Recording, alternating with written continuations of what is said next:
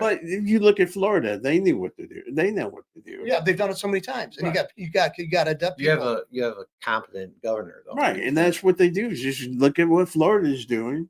I mean, maybe it's not this. I know you're going to have to tailor the hurricane to whatever national emergency. I mean, a statewide emergency you might have. Right, But tornadoes, you can whatever it might still be. look at how they do that. Right. I mean, it's like, yeah, you're obviously gonna. Let's face it. You should have it layered because let's face it. Some places might be designated for a staging area, might get hit by a tornado. It But might you be. remember when we had the CD? What is CDC? No, Civil Defense. Yeah.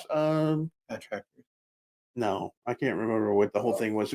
Or was it just civil It's defense? just It was civil defense. CD. So CDs, Remember that's you civil had all defense. these buildings with the lightning bolts on them Yep. and CD all over. We had designated areas that we could go to, remember? Yeah, the old school up here in the Right. corner used to be one of them, you know. But when FEMA came into being, I can't remember if it was under, I don't know if FEMA was a Reagan thing. I think it was a Bush.